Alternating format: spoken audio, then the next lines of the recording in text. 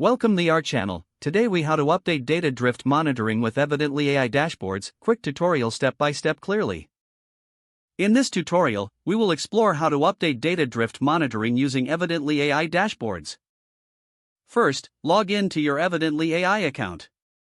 Navigate to the dashboard section of the platform. Select the project you want to update from the list.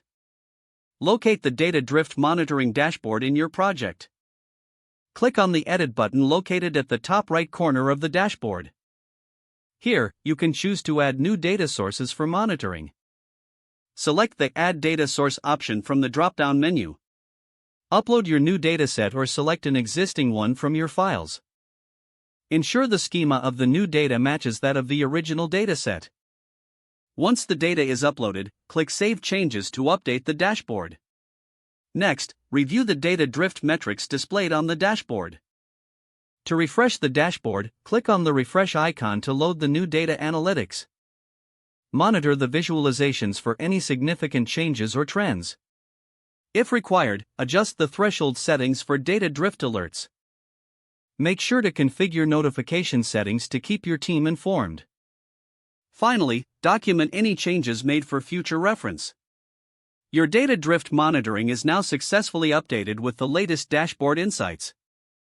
If the page does not load, refresh the browser or try again in a private or incognito window.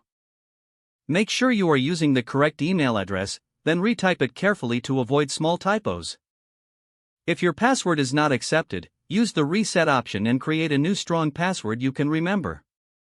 Check your spam folder for verification or security emails, then complete any requested. Enable two-factor authentication if available to improve account security and reduce unauthorized access risk.